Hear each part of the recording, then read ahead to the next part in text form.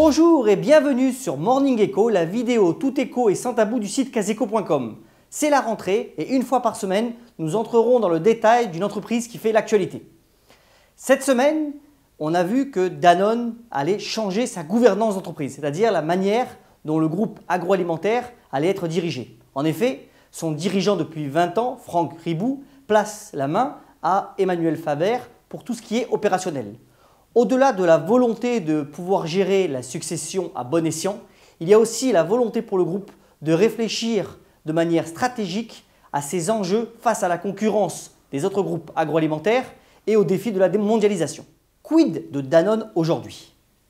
21 milliards d'euros de chiffre d'affaires réalisés dans 140 pays et 60% de ses revenus sont réalisés hors d'Europe. Aujourd'hui, le groupe Danone rassemble 100 000 collaborateurs qui sont très impliqués dans la gestion de l'entreprise au quotidien. Engagement, réactivité et pragmatisme sont les maîtres mots de la culture d'entreprise de Danone.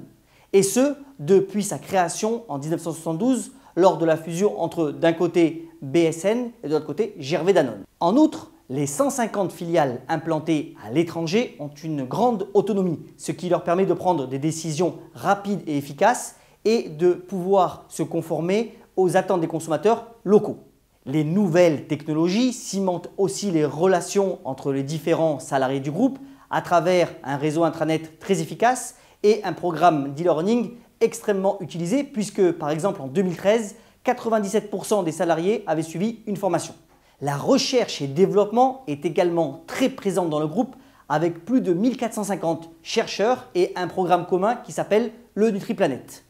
Danone, c'est vraiment un groupe agroalimentaire centré vers la santé active et qui essaye de répondre aux besoins des consommateurs au quotidien. Mais depuis 3 ans, Danone est un peu en panne de croissance. En effet, entre les déboires industriels en Chine, la crise économique qui a sévi en Europe, en particulier en France et en Espagne où Danone est très implanté, et enfin le refroidissement actuel des relations avec la Russie, Danone stagne un peu au niveau de son chiffre d'affaires. Il a donc besoin de se recréer et pour une raison simple, c'est que 85% de son capital est aux mains des grands et petits actionnaires. Danone est donc une valeur opéable. Quelle voie pour relancer la croissance? Il peut s'agir d'abord de mettre au point un modèle similaire à celui notamment de Nespresso dans les capsules de café en essayant d'être au plus près des consommateurs. Danone, à ce sujet, a créé un site internet dédié qui s'appelle Danone et vous, dans lequel le groupe essaye vraiment de prendre un contact direct avec ses consommateurs. Deuxième idée, on parle souvent de la vente de la division de la nutrition médicale et ce afin de pouvoir procéder à des acquisitions intéressantes et ciblées.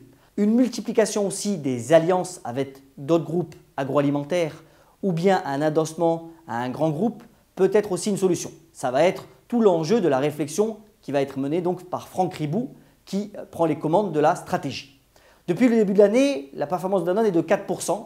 Et les investisseurs veulent y croire après encore un premier semestre 2014 difficile. Nous restons confiants sur la capacité de Danone à retrouver de la valeur tout en maintenant un cap éthique et responsable. C'est l'une de nos valeurs préférées. Et pour finir, nous voudrions vous donner cette phrase d'Antoine Riboud, un de ses fondateurs historiques, qui disait « La vie est trop courte pour pouvoir rêver sur un échec ». À bientôt sur Morning Echo.